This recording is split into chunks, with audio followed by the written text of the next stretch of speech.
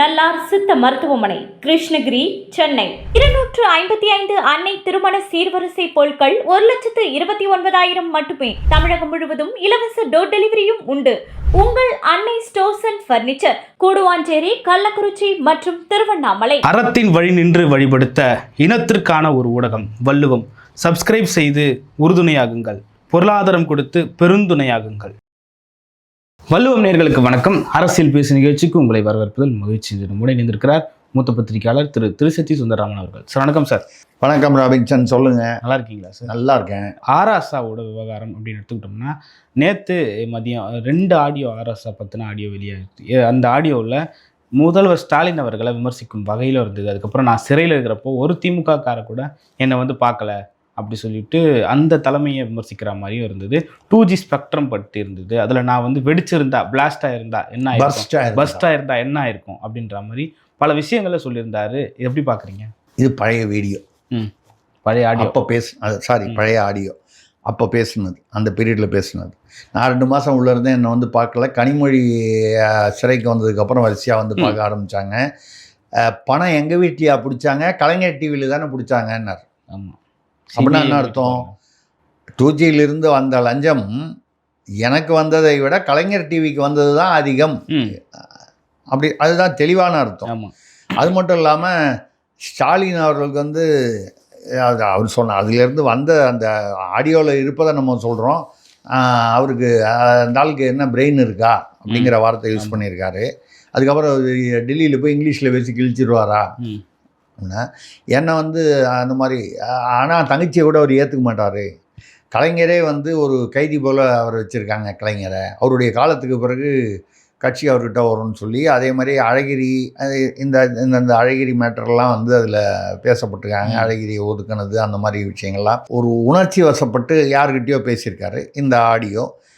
அதில் என்னை கட்சியிலேருந்து வெளியே அனுப்பிச்சிட முடியாது, என்னுடைய கம்யூனிட்டி ஒன்று, என்னுடைய செல்வாக்கு, நான் மற்ற சாதியினரிடம்லாம் எப்படி பழகிறேன், நண்பர்களாக வைத்திருக்கிறேன், வன்னியர்கள் மற்றவர்கள்லாம் அப்படின்னு சொல்லி மட்டும் இல்லாமல், நான் ஒரு வழக்கறிஞர், என்னுடைய அறிவு எல்லாத்தையுமே சுட்டி காட்டி, அதாவது எங்கிட்ட விளையாடாதீங்க அப்படிங்கிற மாதிரி அதெல்லாம் பேசியிருக்காரு.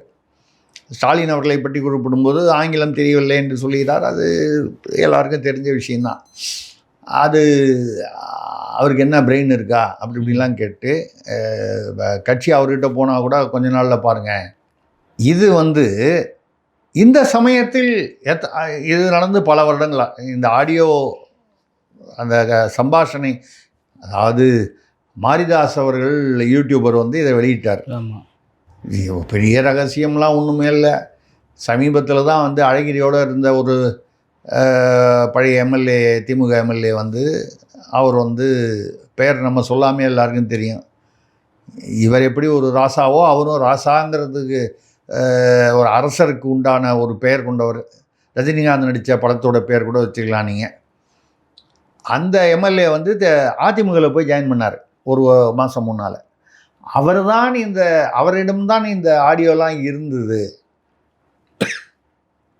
சம்பாஷணையில் அவர் இருந்தாரா, சம்பாஷணையின் போது அவர் இருந்தாரா, எப்படி அது தெரியாது.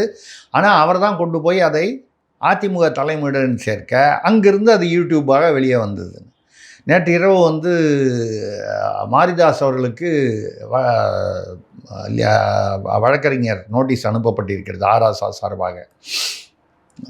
கவின் ஏதோ ஒரு சின்னா கவின் ஏதோ ஒரு நிறுவனம், வழக்கறிஞர் யார் மூலமோ இது புனையப்பட்டது. அங்கே வழக்கம் போல சொல்லு தானே, எதை வேணாலும் இப்போ ஏஐன்னு சொல்லிடலாம். ஏஐயில் எதை வேணாலும் செஞ்சிடலாங்கிறது ஒரு பக்கம் இருக்குது. பட் எதை இருந்தாலும் கேட்டாலும் ஏஐன்னு சொல்லி தப்பிக்கலாங்கிறது ரெண்டும் சாத்தியம் இருக்குது. நான் சில அதாவது சோர்ஸுகளோட தகவல்கள் எங்கேருந்து வருதோ அந்த மாதிரி இடங்களோட பேசும்போது காலையில் என்ன சொல்கிறாங்கன்னா, அவங்க இதை எதிர்பார்த்தாங்க. ஏன்னா ஒரு 5 நாளைக்கு முன்னாலேயே இந்த மாதிரி ஒரு ஆடியோ வெளியாக போகுதுன்னு ஒரு பரபரப்பு ஒன்று வந்தது. ஏதோ ஒரு ஆடியோ ஆராசா பேசி வெளியே வரப்போகுது. அப்போ இது ஒரு 10 நாளாக இது சம்மந்தமான விஷயங்கள் ஓடிக்கிட்டு இருக்கு. அப்போ என்னென்னா, இப்படி ஒரு நோட்டீஸ் வரணும் தான் அவங்க எதிர்பார்த்துருக்காங்க. ஆராசா இப்பொழுது வந்து தன்னை அதாவது ஸ்டாலினுடைய அதாவது திமுக தலைமை வந்து ரொம்பவும் அப்செட்டாக இருக்கிறதா சொல்கிறாங்க. ஏன்னா இந்த சமயத்தில் விசிகாவும் பட்டியல் சமூகத்திற்கு ஒரு பெரிய ஒரு நம்ம கபலீகரம் பண்ணிடுவாங்க அப்படிங்கிற மாதிரி தான் அவர் இறங்கி வர்றார்.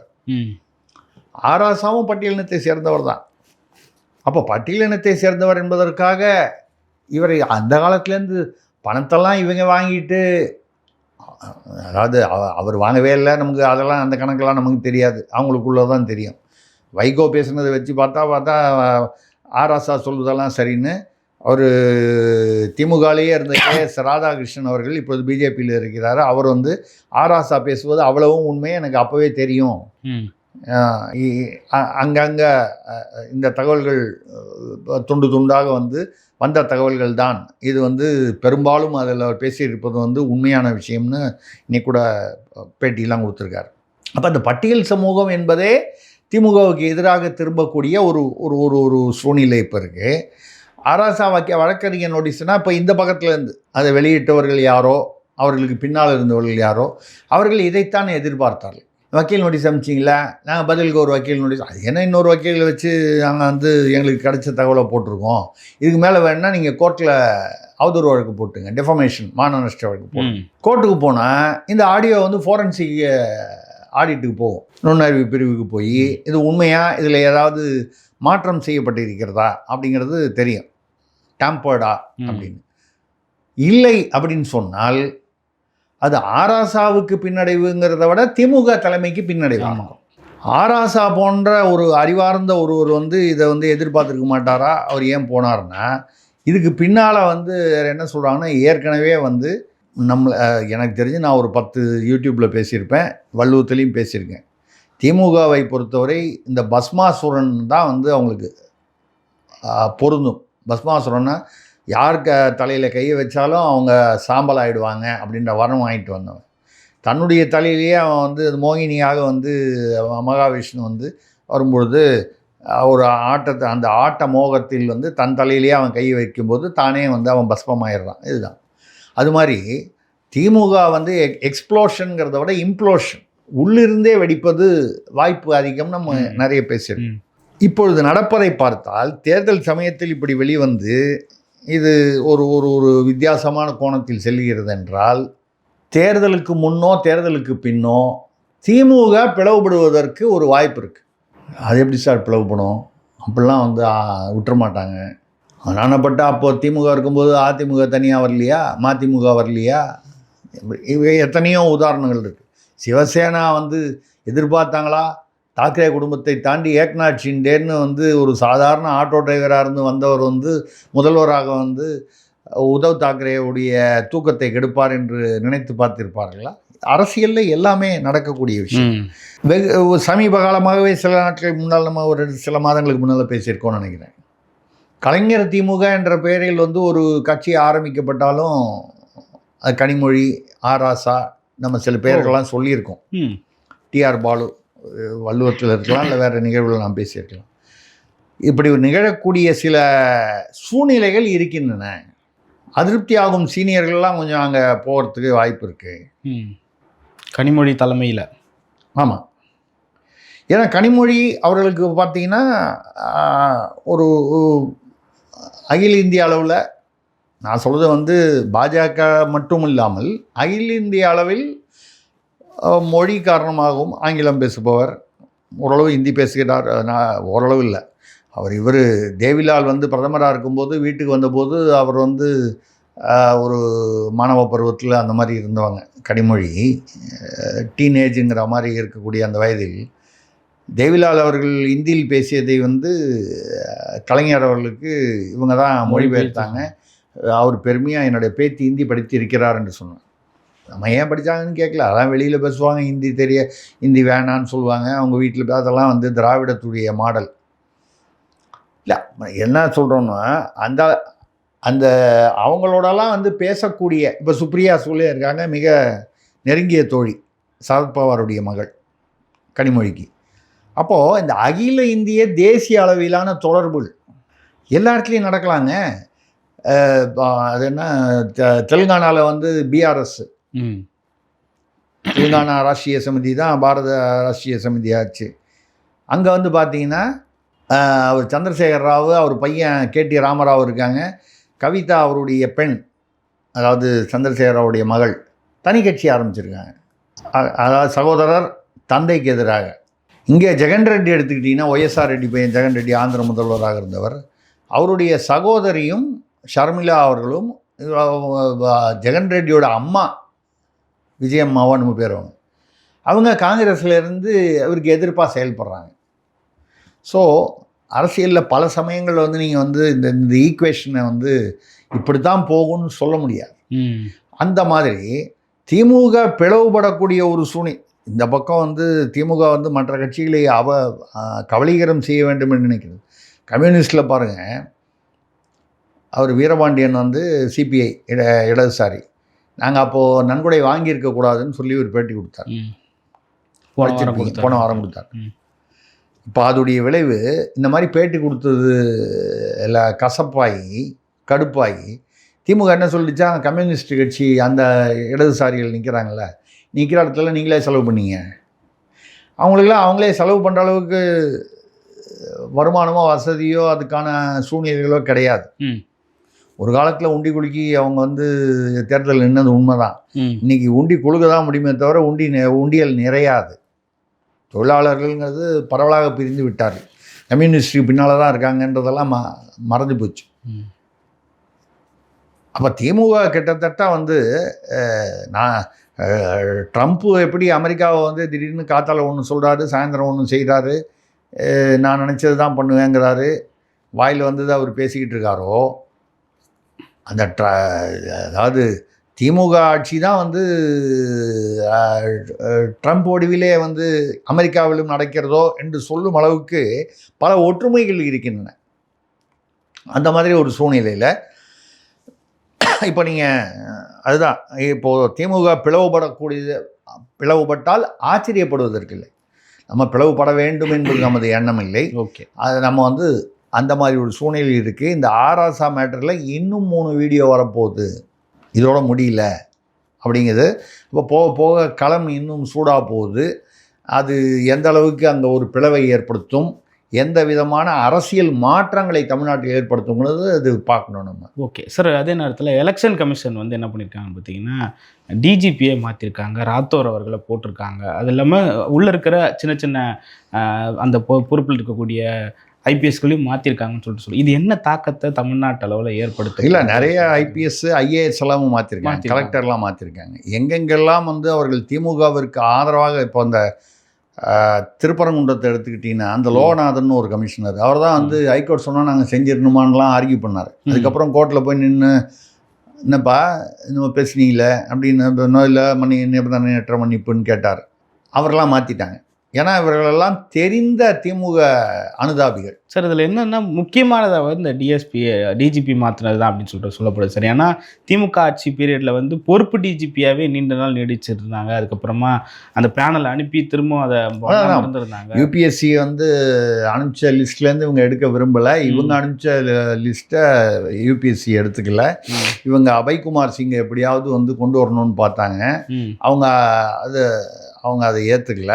அபய்குமார் சிங்கு ஓய்வு பெற்று விட்டார், வயது நிறைவு 60 வயது முடிந்து. ஸோ இதெல்லாம் நடந்தபோது இப்போது வெங்கட்ராமன் அவர்கள் வந்து என்னை விட்டுருங்கன்னு சொல்லிட்டு இருந்தார். ஏன்னா அவர் மீது பெரிதாக ஒரு ஊழல் குற்றங்களோ வந்து அந்த மாதிரி ஒன்றும் இல்லை. அவர் வந்து என்ன போய் மாட்டி விட்டீங்க, என்ன விட்டுருங்கன்ற மாதிரி தான் கேட்டுக்கிட்டு இருந்தார். சில நேரம் தப்பிக்கிறதுக்கு போய் மருத்துவமனையில் அனுமதி இருந்தது, எல்லாமே நடந்தது. இப்போது இதில் கவனிக்க வேண்டிய விஷயம் என்னென்னா, சீமா அகர்வால் அல்லது சந்தீப் ராத்தோர் இவங்க 2 பேருக்குள்ளே தான் ஒருத்தர் வருவார்கள் என்று எதிர்பார்க்கப்பட்டது. சீமா அகர்வாலை பொறுத்தவரை அவங்க ஏகே விஸ்வநாதன் அவர்களுடைய மனைவி, முன்னாள் கமிஷனராக இருந்தார். ஏகே விஸ்வநாதன் வந்து அதிமுக பிரிவில் இருந்தார். ஆனால் இந்த அம்மா வந்து திமுகலாம் ஒன்றும் அதெல்லாம் ரொம்ப ஸ்ட்ரிக்டாக இருக்கும். அதில் அவங்கள வந்து வந்துடவே கூடாதுன்னு திமுக ரொம்ப, சீமா அகர்வால் வந்ததுன்னா அப்புறம் ரொம்ப கஷ்டம் திமுகவுக்கு இந்த தேர்தல் அப்படிங்கிற ஒரு நிலைமையில் இருந்தாங்க. சந்தீப்குமார் ராத்தோர் வந்து திமுக பிரிவில் தான் கமிஷனராக இருந்தார் இங்கே சென்னையில் மாநகரத்தில். அவரை ஏன் வந்து கொண்டு வந்தாங்கன்னா அவர் ஒரு சில மனக்கசப்புனால தான் அவரை வந்து எடுத்தாங்க. அப்போ திமுக அவர் மறுபடியும் அந்த மனக்கசப்பு இருக்கும்போது அவர் வருவதை விரும்பவில்லை. அதனால தான் அவர் பேரெலாம் விட்டுட்டு பொறுப்பு வெங்கட்ராமனை வந்து வைக்கும்போது 8 பேரோ என்னமோ வந்து அந்த லிஸ்ட்டில், அதாவது சீனியாரிட்டியில் தள்ளி அவர் 8ஆவதோ 9ஆவதோ இருந்தவர். அதனால தான் அவருடைய அந்த பதவியேற்ற வெங்கட்ராமன் அவர்கள் அன்றைக்கி அந்த 8 சீனியர் அதிகாரிகளும் வந்து அதை புறக்கணித்தாங்க. இப்போ வந்து சந்தீப் ராத்தோர் கொண்டு வந்தது வந்து ஒரு சுவாரஸ்யம் என்னன்னால், அந்த கசப்போடு அவர் வந்து, அது கசப்புக்கு காரணம் நமக்கு தெரியல, பின்னணி தெரியல, ஆனால் கசப்பு இருப்பதனால தான் இவர்கள் தவிர்த்தார்கள். ஆனால் தவிர்த்தவரை தான் கொண்டு வந்தார்கள். முக்கியமான விஷயம் என்னென்னா, இந்த பீரியட்லேயே அவர் இங்கே கமிஷனர் ஆணையராக இருந்ததுனால திமுகவின் பலவீனங்கள், இவர்களுடைய குறைபாடுகள், இவர்கள் என்னவெல்லாம் வந்து தேர்தல் போது செய்யக்கூடியவர்கள், இவர்களுக்கு வேண்டியவர்கள் ஆங்காங்கு, அதாவது ஒரு டிஎஸ்பி லெவலில் இப்போது டிஜிபியை போட்டாச்சுன்னு சொன்னால் அடுத்தது வந்து டிஎஸ்பி எஸ்பி லெவலில் மாற்றுறது, அதில் கண்ட்ரோல் பண்ணுறது. இப்போ கூட தேர்தல் பணியிலிருந்து சில அதிகாரிகள் இப்போ நீக்கப்பட்டிருக்கிறார்கள். இதெல்லாம் படிப்படியாக நிகழுது. அப்போது ராத்தோர் வந்ததுடைய ஒரு முக்கியத்துவம் இல்லை சுவாரஸ்யம் என்னென்னா, திமுக ஆட்சியிலேயே அவர் வந்து ஒரு வலிமை பெற்ற அதிகாரியாக இருந்து திமுகவின் குறைபாடுகள், அவர்களுடைய எங்கெல்லாம் பலவீனங்கள், அவர்கள் என்னவெல்லாம் செய்வார்கள் என்பதை தெரிந்த ஒருவர். அதனால தான் என்னை பொறுத்த வரைக்கும் சீமா அகர்வாலை போடாமல் ராத்தோரை போட்டிருக்கிறதுக்கு காரணம், தேர்தல் ஆணையம் வந்து ஸ்ட்ரெயிட் ஃபார்வர்டாகவும் இருக்கணும், சார்பற்றவராகவும் இருக்கணும், அதே சமயத்தில் திமுக எப்படியெல்லாம் செயல்படுவாங்கன்றது தெரிந்தவராக இருக்க வேண்டும் என்பதால் ராத்தோர் போட்டிருக்காங்க அப்படிங்கிறது என்னுடைய கருத்து. இது திமுகவுக்கு சில அழுத்தங்களையும் கட்டுப்பாடுகளையும் கொடுக்கும். அவர் வழக்கமாக செயல்படக்கூடிய அந்த செயல்பாடுகளை வந்து செயல்படுத்த முடியாத ஒரு சூழ்நிலையை உருவாக்கும் என்பது தான் இதிலிருந்து தெரியக்கூடிய விஷயம். சார், அதில் என்னென்னா, இப்போ லஞ்ச ஒழிப்புத்துறை அது சார்ந்த விவகாரங்கள் வரப்போ எஃப்ஐஆரே ஃபைல் பண்ணாமல் இருந்த அந்த காவல் நடந்துருமே. இப்போ நடந்துருமா சார்? அது இந்த பீரியடில் நடந்துருமே. வந்துட்டார்ல பொறுப்பு டிஜிபி, அதை வாங்கி வச்சுட்டு உட்கார்ந்தாரு. ஏன்னா அதனால தானே அவர் என்ன ஆளை விடுங்கன்னு கேட்டது. அங்கேருந்து ஏன் பண்ணலன்னு கோர்ட்லேருந்து கேட்குறாங்க. இடியா கோர்ட்டில் ஃபைல் பண்ணுது. 7.5லேருந்து 10% வரைக்கும் பார்ட்டி ஃபண்டுன்னு வாங்கியிருக்காங்க. பார்ட்டி ஃபண்டுக்கு இன்சார்ஜ் வந்து முதல்வரும் துணை முதல்வரும்னு சொல்லி இடி வந்து அஃபிடவிட் ஃபைல் பண்ணுது. இதையெல்லாம் தாண்டி எந்தவித நடவடிக்கையும் எடுக்கல, எஃப்ஐஆர் ஃபைல் பண்ண மாட்டேன்றாங்க. காவல்துறை அதிகாரிகள் வந்து தேர்தல் ஆணையம் வந்த பிறகும் திமுக அரசு சொல்வதை தான் கேட்பதுங்கிற ஒரு இது வருது. இப்போ இதை மாற்றி விட்டு எஃப்ஐஆர்லாம் இப்போது என்னெல்லாம் கோர்ட்டு சொல்லுதோ, ஏற்கனவே சொல்லப்பட்டிருக்கிறதோ அதெல்லாம் பண்ணிட்டு போயிடுவாங்க. இதெல்லாம் அடுத்த ஒரு 10 நாட்களில் வந்து உங்களுக்கு இந்த தேர்தலுக்கு முன்னால் இதெல்லாம் நிகழ்ந்தேறும் என்று எதிர்பார்க்கலாம். இந்த அதிரடிகள்லாம் நடைபெறும். சார், 2-3 விஷயத்தை பற்றி பேசக்கூடிய ஒரு நேரம் இருக்குது. அதாவது முதல்ல திருமாவளவனை பேசணும்னா, எம்எல்ஏவாக இருந்து எம்பியாக இருந்து எம்எல்ஏக்கு இறங்கி வரப்போகிறாரு, எம்எல்ஏ வேட்பாளராக இறங்கி வரப்போகிறாரு அப்படின்றது ஒரு பெரிய அதிர்ச்சியான செய்தியாக ஒரு வாரம் முழுக்க பேசி போயிட்டு இருந்தது. அந்த நேரத்தில் ஷானவாஸுக்கும் திருமாவளவனுக்கும் ஏதோ ஒரு பனிப்போர் கட்சிக்குள்ளே நடக்கிறதா செய்திகள் வந்த வண்ணம் உள்ளது. எப்படி பார்க்குறீங்க இதை? திருமாவளவன் வந்து இறங்கி வந்ததற்கு காரணம் வந்து, இதற்கு மேலும் நாம் பொறுமை காத்தால் கட்சி நம்மிடமிருந்து கழற்றப்பட்டுவிடும், கட்சி நம் கை நழுவி போய்விடும், கட்சியில் உள்ள அடுத்த கட்ட நிர்வாகிகளில் பலர் வந்து ஏதோ ஒரு கட்சியோட, தெரியும் எல்லாருக்கும், அது எந்த ஆளுங்கட்சியுடைய கண்ட்ரோல், தமிழ்நாட்டில் ஆளுங்கட்சியோட கண்ட்ரோலுக்கு போயிட்டாங்க. ஏன் அது வந்ததுன்னா, தேமுதிகவுக்கு 10 கொடுத்தீங்க, 1/2% வாக்கு வாங்கினவங்க கிட்டத்தட்ட வாக்கு கணக்கில் பார்த்தா 2 லட்சம் ஓட்டு தான். அதுக்கு ஒரு ராஜ்யசபா எம்பி 10 எம்எல்ஏ கொடுத்தீங்க. அந்த கணக்கு பார்த்தா கூட 0.99, அதாவது 1% ஓட்டு வாங்கின விசிகாவுக்கு. அப்போ நீங்கள் 10ன்னா 20 கொடுக்கணும்ல. ராஜ்யசபா சீட்டு வேறு கணக்கு பண்ணால் அதுக்கு ஒரு கணக்கு இருக்குது. நீங்கள் டபுள் டிஜிட்டே பேச மாட்டேங்கிறீங்க அப்படின்னு சொல்லி இந்த பேச்சு ஒரு 3-4 கட்ட பேச்சு வார்த்தை நடந்தது. துரைமுருகனை வச்சு இவங்க மாறி மாறி பேசினாங்க. அப்போது ஒரு ஸ்டேஜில் 6 தான் கொடுப்போம், 4 தான் கொடுப்போம், 6 தான் கொடுப்போம்னு கொஞ்சம் கொஞ்சமாக அவங்களும் பேரம் பேசும்போது 6 தனி தொகுதியிலையும் 2 பொது தொகுதியிலையும் இறுதியாக முடிவாச்சு. இந்த 6 தனி தொகுதியில் மொத்தம் 8ல் நிற்கும்போது 5 வேட்பாளர்களை வந்து திமுக தலைமையை வந்து இவங்களுக்கெல்லாம் நீங்கள் சீட்டு கொடுக்கணும் கட்டாயமா. வன்னியரசு, சிந்தனை செல்வன், ஆளூர் ஷானவாஸ், பனையூர் பாபு, அவர் வந்து வன்னியர்னு நினைக்கிறேன், அவர் எஸ்எஸ் பாலாஜி, இதில் யாரோ 2 பேரில் ஒருத்தர் வன்னியர். இவங்க இந்த 5 பேருக்கு நீங்கள் கட்டாயம் சீட்டு கொடுக்கணும் அப்படின்னு கண்டிஷன் போட்டதாகவும், அதில் திருமாவளவன் மிகவும் நொந்து போய் அவருக்கு உணர்ச்சி வசப்பட்டு, என்னுடைய கட்சி 25 வருஷமாக நான் வந்து குழந்தை போல் வளர்த்துக்கிட்டு இருக்கேன், அப்படி வளர்த்த கட்சியில் நீங்கள் எவ்வளவு சீட்டு கொடுக்குறேன்னு சொல்லுங்கள், இவ்வளோ தான் கொடுக்க முடியும்னு சொல்லுங்கள், அதெல்லாம் வந்து ரைட்டு. இதை தாண்டி யார் யாருக்கெல்லாம் நீங்கள் உங்கள் கட்சியில் சீட்டு கொடுக்கணும் நீங்கள் முடிவு பண்ண ஆரம்பிச்சிங்கன்னா நான் எது கட்சி நடத்தணும், அப்போது நீங்களே வந்து என் கட்சியும் சேர்த்து நடத்துகிறீங்களா அப்படிங்கிற அளவுக்கு அது போய் அவர் வந்து நான் வந்து தேர்தலையே புறக்கணிக்கிறேன், இந்த தேர்தலிலிருந்து நான் ஒதுங்கியிருக்கேன், நான் அவர் மட்டும் இல்லை விசிக அப்படின்னு ஒரு முடிவுக்கு ஏறத்தாழ அவர் வந்து விரக்தியில் போக ஆரம்பித்தோன்னு தான் திமுக வந்து சரி 8 அப்படின்னு சொல்லி அது அறிவிப்பு வந்தது. அப்போது திமுக சொல்கிறபடி அந்த 5 பேருக்கு கொடுக்கக்கூடாது என்கிற அந்த என்ன சொல்கிறது, அவங்க சொல்லி நம்ம கேட்கணுமா, நமக்குன்னு ஒரு சுதந்திரம் இல்லையான்னு சொல்லி அதில் ஒரு 3 பேருக்கு கொடுக்கல. அது கூட அவர் ஒரு விளக்கம் கொடுத்துருந்தார், எந்த உள்நோக்கமும் இல்லைன்னு சொல்லியிருந்தார். இப்படி தான் வழக்கமாக சொல்கிறது தான். இப்போ இஸ்லாமியருக்கு கொடுக்கணும் அப்படின்னா ஆளூர் ஷானவாஸுக்கு கொடுத்தான்னா அப்துல் ரஹ்மானுக்கு கொடுத்தாருன்னா அப்துல் ரஹ்மானுக்கு கொடுத்துருக்காருல. அதில் கொடுக்கும்போது அவருடைய தமக்கையார் பானுமதி அவர்களுடைய மகள் மாலதிக்கும் கொடுத்துருக்காரு.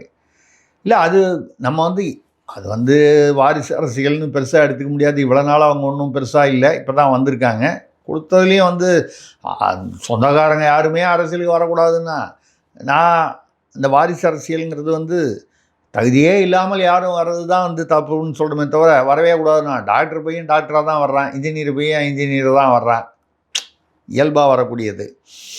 அந்த மாதிரி வந்து அரசியல்வாதி பையன் வரவே கூடாதுன்னு நம்ம சொல்லலை, திணிக்கப்படக்கூடாதுன்னு சொல்கிறோம். இந்த சீனியர்களை தாண்டி இப்போ திமுகவில் வந்து 86 வயசு துரைமுருகனை தாண்டி துணை முதல்வராக வந்து உதயநிதிக்கு கொடுக்குறீங்களே, துரைமுருகன்லேருந்து எத்தனை சீனியருக்கு வந்து தகுதி இல்லையா அப்படி தான் கேட்குறோம். இதே சமயம் உதயநிதியை வந்து ஒரு ஜூனியர் அமைச்சராக வைத்திருந்தால் இந்த கேள்வி வந்திருக்காரு, அரசியலுக்கே வரக்கூடாதுன்னு சொல்றதில் அர்த்தம் இல்லை. அப்போ அந்த மாதிரி விசிகாவில் இது வரும்போது அந்த ஆளூர் ஷானவாஸுக்கு கொடுக்கலைங்கும்போது அவர் தனியாக வார் ரூம் வச்சுக்கிட்டு அவர் வந்து ஏதோ ஒரு திருமாவளவனுக்கு எதிரான ஒரு அரசியல் செய்கிற மாதிரி அந்த மாதிரி ஒரு பரவிட்டு வருது. இப்போ கூட இன்னைக்கு காலையில் பார்த்தேன், திருமாவளவனுடைய கட்சியை சேர்ந்த விடுதலை சிறுத்தையில் உள்ள 2ஆம் கட்ட அல்லது 3ஆம் கட்ட தலைவர்கள் அல்லது நிர்வாகிகள், ஒரு தோடர் வழக்கறிஞர் சீனிவாசராவ், இந்த மாதிரி சில பேர் வந்து வெளிப்படையாக ஆளூர் ஷானவாஸுக்கு எதிராக பேச ஆரம்பித்து விட்டார். அவர் என்ன செஞ்சிருக்கார், இது வரைக்கும் எத்தனை இஸ்லாமியர்களை கொண்டு வந்து இங்கே இணைத்திருக்கிறார். பறையர்களை தாண்டிய ஒரு கட்சின்றதுக்காக வந்து இஸ்லாமியர்கள் பிறரை வந்து வன்னியர் அவங்களெல்லாம் வந்து பிற சமூகத்தை சேர்த்து இதை ஒரு பொது கட்சியாக கொண்டு வர வேண்டும்னு வேளச்சேரி தீர்மானத்துக்கு அப்புறம் கொண்டு வந்தாங்க. அப்படி கொண்டு வந்தார். இன்றைக்கி போன தடவை ஆளூர் ஷானவாஸ் கொடுத்தாருன்னா அவர் வந்து இது வரைக்கும் என்ன பண்ணியிருக்காரு, எங்கேயாவது ஒரு கிராமத்தில் ஒரு இஸ்லாமிய மக்கள் இருக்கக்கூடிய இடத்துல ஒரு கிளை ஆரம்பிச்சிருக்காரா, இல்லை ஏதாவது பண்ணியிருக்காரான்னு ஆளூர் ஷானவாஸை பதிலுக்கு சாட ஆரம்பித்து விட்டார். ஆளூர் ஷானவாஸ் ஒரு வார் ரூம் வச்சுக்கிட்டு ஏறக்குறைய திருமாவளவனுக்கு எதிராகங்கிற மாதிரி ஒரு இது. அப்போ ஆளூர் ஷானவாஸுக்கு அந்த தைரியம் எங்கிருந்து வருகிறது, அவருக்கு பின்புலம் என்ன, பின்புலத்தில் அவரை யார் இயக்குவது இப்படிங்கிற இதில் வந்து இந்த தடவையும் நம்ம வந்து இப்படி பிரித்து யாருக்காக கொடுத்துட்டு நம்ம பாட்டில் எம்பியை உட்காந்துருந்தோம்னா கட்சி சுத்தமாக நம்ம கையை விட்டு நழுவி போயிடும் அப்படின்னு என்னை பொறுத்தவரை திருமாவளவன் ஒரு புத்திசாலித்தனமான முடிவு எடுத்திருக்கிறார், சாதுரியமான முடிவு. அது வந்து அழுத்தத்தினால் ஏற்பட்ட முடிவு தான், இல்லைன்னு சொல்லலை. ஆனால் அழுத்தத்தில் வந்து அந்த முடிவை எடுக்காமல் விட்டுருந்தாருன்னா வைகோவுக்கான கதி ஆயிருக்கும். 3 தொகுதியில் உதயசூரியன், ஒரு தொகுதியில் தனி சின்னவர், சீர்காழி தனி தொகுதியில் செந்தில் வேலனை யாரோ நிற்க வச்சிருக்காரு.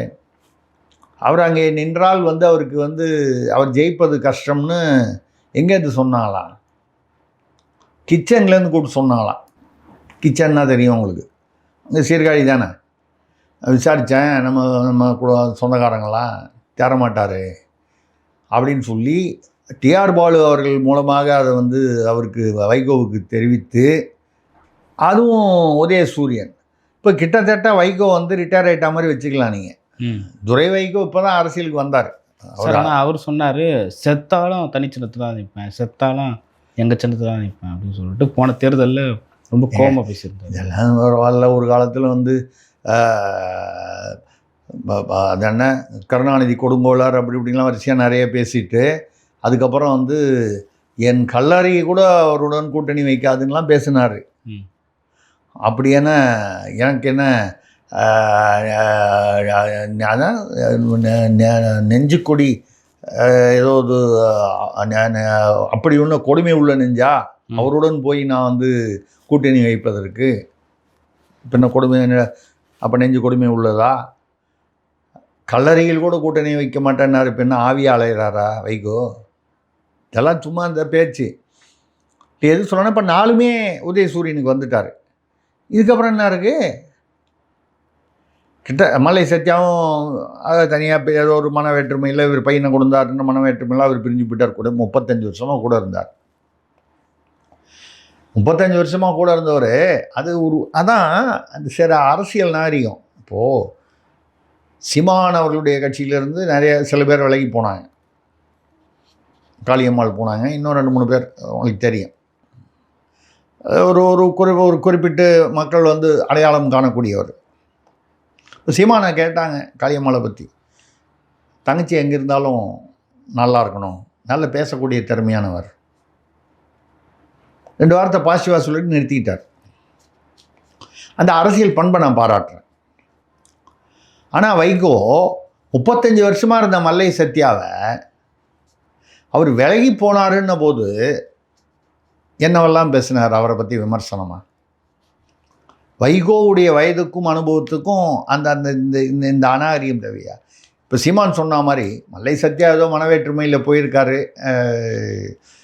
நல்ல திறமையானவர், அவருக்கு அரசியலில் ஒரு நல்ல எதிர்காலம் அமைய வாழ்த்துக்கு. சும்மா வாயில் தானே சொல்கிறீங்க, சொல்லிட்டு போகலாமே. இப்போ நம்ம அதாவது மதிமுகவிற்கு ஆனகதி தனக்கும் ஆகிவிடும் என்பதற்காகத்தான் திருமாவளவன் எம்எல்ஏ வந்துட்டார், 3 வருஷம் எம்பி. இதுவரை வெளிவராத ஒரு செய்தியை உங்களுக்கு சொல்கிறேன். இந்த விஷயத்தில் திருமாவுக்கு இந்த ஆலோசனையை கொடுத்தது யாராக இருக்கும்? கட்சியில் மூத்த தலைவர்களாக இருக்கும், இல்லைன்னா திருமாவுக்கு யாராவது அனுதாபிகள் தான் சொல்லியிருப்பாங்க. திருமாவுடைய தொண்டர்கள் சில பேர், அவருக்கு வேண்டிய நெருக்கமான தொண்டர்கள், 2ஆம் கட்ட தலைவர்கள்லாம் திமுகவோடு ஒட்டி போய்விட்டார்கள். அவர்கள் இவருக்கு விசுவாசமாக இருக்க மாட்டார்கள் என்று திருமாவின் மீது உயிரையே வைத்திருக்கக்கூடிய, இன்றைக்கும் திருமா அப்படின்றதுக்காகத்தான் அந்த கட்சியில் இருக்கேன் அப்படின்னு இருக்கிறவங்க இருக்காங்க, பல லட்சம் பேர் இருக்காங்க. ஆனால் நீங்கள் அதிர்ச்சியாகவும் இருக்கும், ஆச்சரியமாகவும் இருக்கும் அந்த செய்தி. எனக்கு கிடைத்த தகவல், தேசிய அளவிலான பாஜகவிலிருந்து குறிப்பாக சொல்லணும்னா அமித்ஷா அவர்களிடமிருந்து திருமாவிற்கு ஒரு தூது ஒரு சொல்லி அமைச்சிருக்காங்க. ஐயா, காத்தாடி பறக்குதுன்னு நினச்சிக்கிட்டு இருக்க, உன் கையிலேருந்து நூல் எந்த சமயமும் அறுந்து போயிட்டே இருக்கும், காத்தாடி உன் கண்ட்ரோலில் இருக்காது அப்படின்னு சொல்லி, நீ எம்பியாக இருக்கிறத 3 வருஷம் அது யாரையாவது எம்பி ஆக்கிட்டு போ, எம்எல்ஏவாக போய் தமிழ்நாட்டில் அரசியல் வேலை பாரு அப்படின்னு சொன்னதே. இது நான் சொல்லும்போது அமித்ஷா சொல்லணும், ஏன்னா நமக்கு தெரிந்த ஒரு இதில் திரும்ப வருத்தப்பட்டிருக்காரு. இத்தனையோ வருஷமாக கூடவே நாய் மாதிரி கூட நம்ம திமுகவுக்கு உழைச்சிருக்கோம். எத்தனையோ இடங்களில் வந்து அவங்கள சிக்கலான ஒரு சங்கடத்தில் கொண்டு போய் விடக்கூடிய சூழ்நிலைகள் வந்தபோது கூட விட்டு கொடுக்காமல் கூட்டணி தர்மத்துக்காக வந்து பல ஏச்சுக்களையும் பேச்சுக்களையும் தாங்கி கொண்டு நம்ம வந்து பட்டியல் சமூகத்துக்கு இவர் என்ன பாதுகாவலர் நம்மளே பேசியிருக்கோம், இல்லைன்னு சொல்ல. நீ ஏன் கேள்வி கேட்கல, நம்மளே பேசியிருக்கோம். நம்மளை மாதிரி கேட்குறவங்க கேட்குறா. இதெல்லாம் தாண்டி அவங்களுக்கு வந்து நம்ம வந்து விசுவாசமாக இருந்தோம். அவங்களுக்கு நம்ம பேரில் அக்கறை இல்லை, நம்ம கட்சியை வந்து கபலீகரம் பண்ணணுன்ற எண்ணம். ஆனால் நம்ம தினமும் விமர்சனம் பண்ணுற பாஜக உங்கள் கட்சியை அழிந்து விடக்கூடாது, பட்டியலினத்திற்காகவே உருவான கட்சி, மற்றவர்களும் இப்போ இணைச்சிட்டு இருக்காங்கன்னா கூட பட்டியலினத்திற்காக அப்படின்னு ஒரு கட்சிங்கிறது. இப்போ பாமக எப்படி வன்னியர்களுக்கான கட்சியோ அதே மாதிரி விசிக என்பது பறையர்களுக்காக பட்டியல் சமூகத்திற்கான கட்சி. அங்கங்கே கொஞ்சம் பேர் வந்து மற்றவர்கள் இணைந்திருக்கலாம்.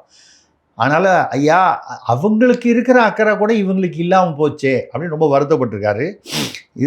இதுதான் வந்து இப்போது வரக்கூடிய தேர்தலில் ஒரு கால், இப்பொழுது வரக்கூடிய சில அந்த தேர்தல் என்ன சொல்கிறது கருத்து கணிப்புகள்லாம் பார்த்திங்கன்னா டைம்ஸ் நோ, சி ஓட்டரு, டெமோக்ரஸி, பல இது வந்து அதிமுக அணி ஒரு 170 வரும், 180 வரும், ஏதோ இதெல்லாம் அப்படி வருது. அதிமுக அணினா கூட்டணி அப்படின்னு சொல்லி வருது.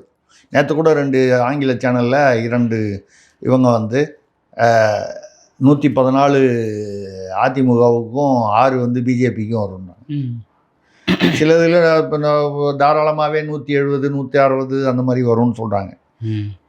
அதாவது திமுக தான் வருங்கிற அந்த பிம்பத்திலிருந்து அந்த பிம்பம் உடைபட்டு இப்போ அதிமுக கூட்டணி ஜெயிப்பதற்கான வாய்ப்புகள் அதிகமாக இருப்பதாக நான் சொல்கிறதுல இத்தனை ஒரு 5-6 கருத்து கணிப்புகள். நம்ம சொல்கிறதெல்லாம் இந்த சி ஓட்டர், இந்த மாதிரி தேசிய டெமோக்ரஸி, மாதிரி தேசிய அளவுக்கான ஜேவிசி ஸ்ரீராம் அவர்களுடைய கருத்து கணிப்பு தேசிய அளவு, அதாவது ஏற்கனவே ஒரு மரியாதை உள்ள ஒரு ரெப்யூட்டட்னு சொல்லக்கூடியது.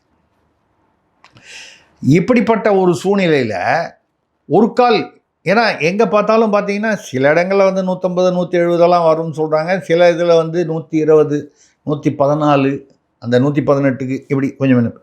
சப்போஸ் என்னுடைய கணக்கு, ஏன்னா எந்த கருத்து கணிப்புமே 100% சரியாக இருக்கும்னு என்னுடைய கருத்து கணிப்பு உட்பட சொல்ல முடியாது. பல சமயங்களில் என்னுடைய கருத்து கணிப்பு நான் தமிழக அரசியல் பத்திரிகை நடத்தும் போது சரியாக இருந்திருக்கிறது என்பது உண்மை. அதே சமயத்தில் அது எந்த சமயத்திலும் வந்து உண்மையாகத்தான் இருக்கும் வந்து நானும் கேரண்டி பண்ண முடியாது. ஏன்னா சூழ்நிலைகள், காரணிகள் மாறுபடும், ஒரு நாளைக்கு ஒன்று மாறுபடுது.